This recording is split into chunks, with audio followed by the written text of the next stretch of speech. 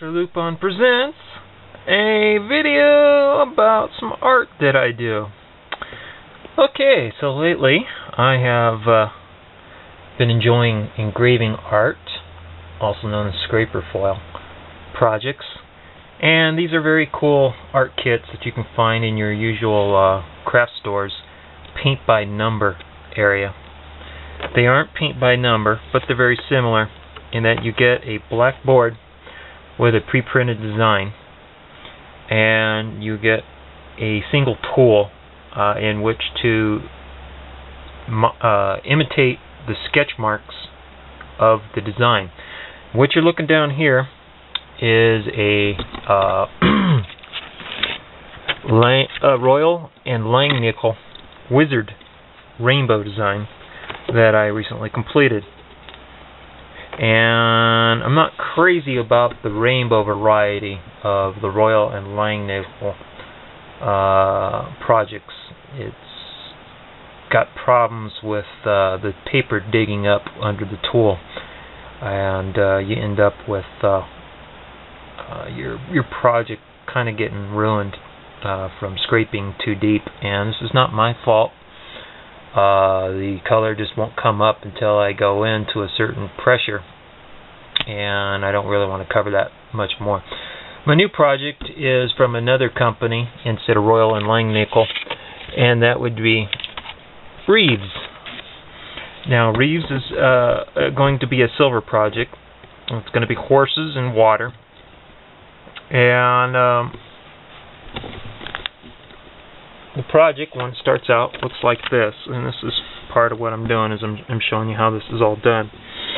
Now, it says ages 8 and up. The gray sketch is what we're going to be carving over. The tools I'll be using, besides the default tool that came with it, are right there. There is the ultra fine tip.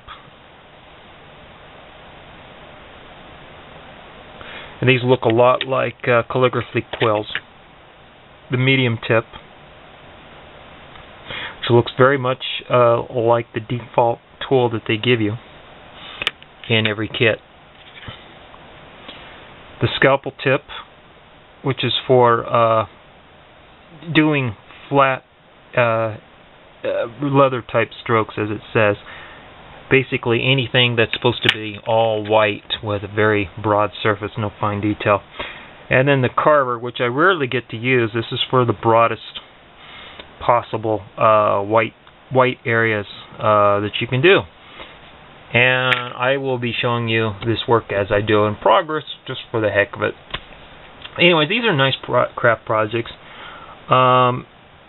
If you're a burned out artist like me and you just want to keep your detail skills fresh, this is the kind of thing you can do. It'd make a wonderful gift.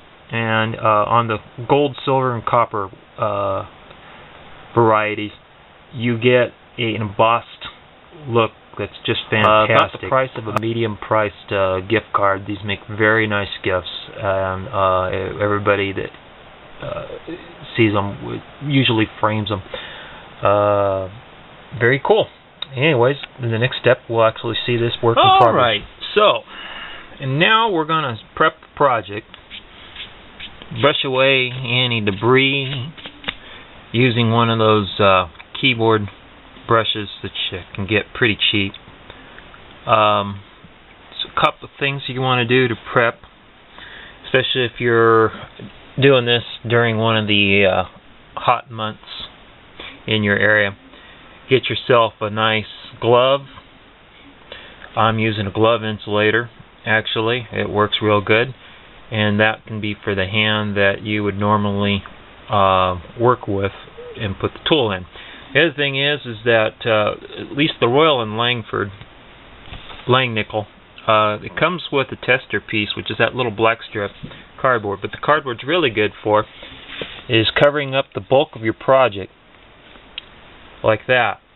And you don't really want to have the entire surface exposed, because that leads to little accidents. And the problem is this gray area, the sketch, on the surface is a very water-soluble ink. And I think that's why after you're done with the project, you're supposed to run it over with a wet cloth, a damp cloth, or a very damp sponge. That's to remove that ink so it has less of an appearance that you had help. And it makes the project look better if you don't have gray or green or blue lines showing up. So pick an area, usually at the bottom, and just gently go over with your tool right over that line and kind of rub away. There's a couple ways you can do it. You can do a straight up and down motion depending on the line until you see the color that you want underneath should be silver. And probably can't see anything, so we'll get closer.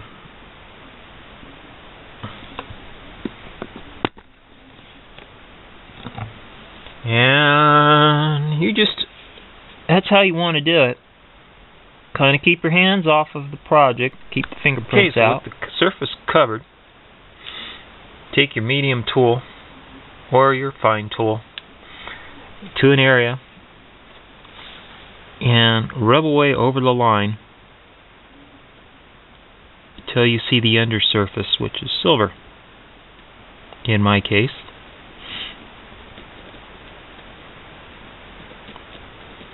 And sometimes it takes a little pressure, and it's okay to go back over it if you don't feel it's showing up light enough. Lately, this is a new brand for me, the Reeves. The Royal and Langnickel one, I have to say, have been a little frustrating, and then they're not rubbing off the right way, almost like the coating is too thick. I don't know. And these little marks are going to be just representations on the engraving, etching of the splashes. And I'm not having the luck I want with that, so I'm going to take the broad stroke tool and try to get more traction. Now, one of the problems is that this paper's curving, and that's making a resist from my strokes because the paper's not flat surface.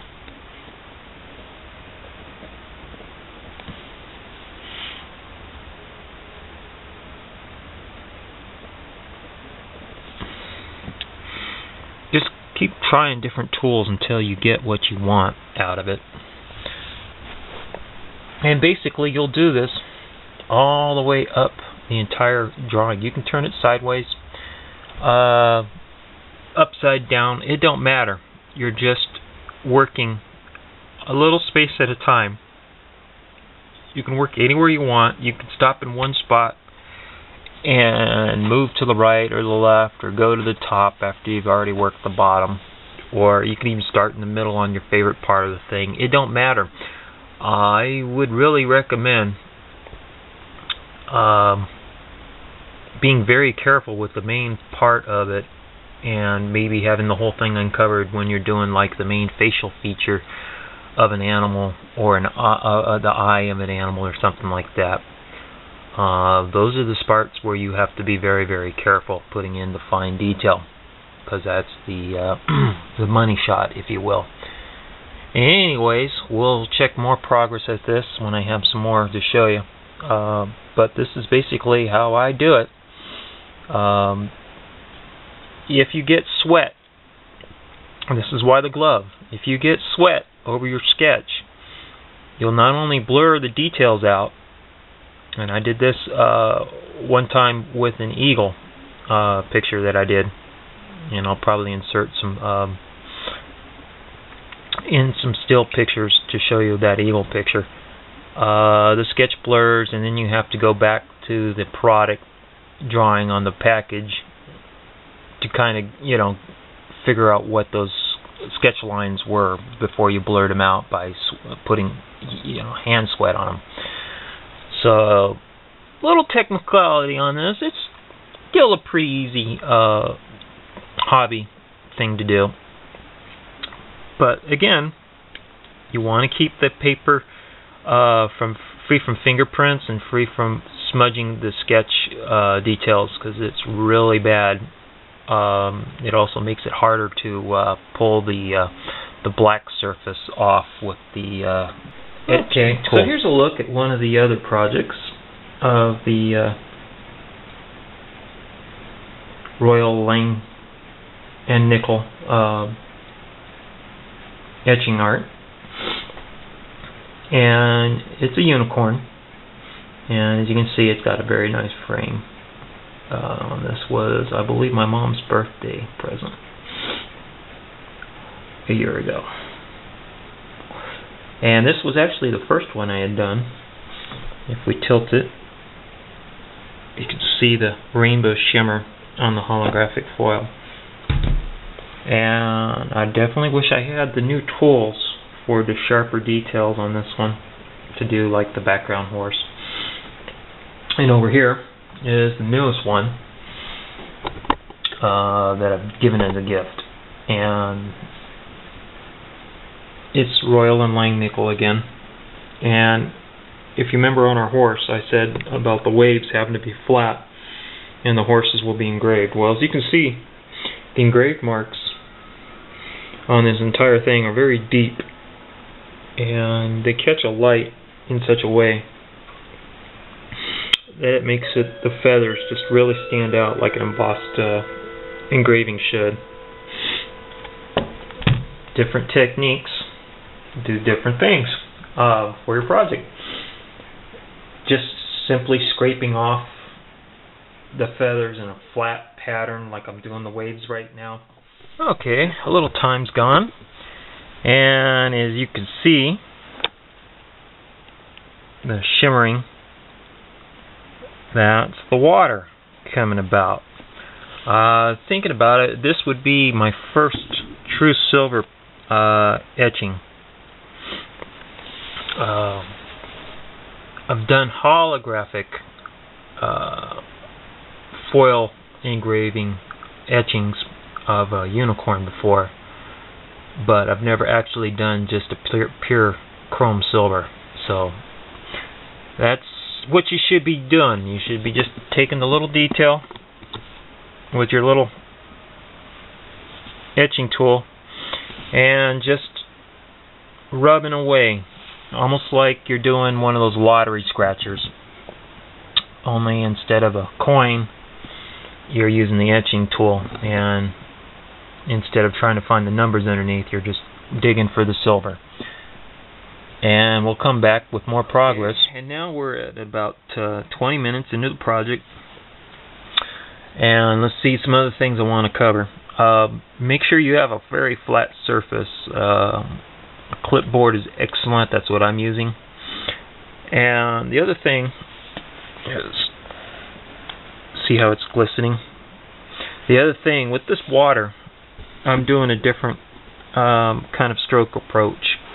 With the sharp tool that came with the Reeves kit, which seems to be better than anything the Royal Lang Nichols kits have come with. I'm making sure that the gouges are coming out flat, and what I mean is I don't want to dig in and make engraving marks that actually affect the surface. I just want a very flat, broad paint kind of stroke for the water. For the horses, and you remember, we're doing horses. For the horses, they're going to be different. They're not going to be flat strokes, just the water. The water's going to have a different flat surface, and the horses are going to have an engraved effect.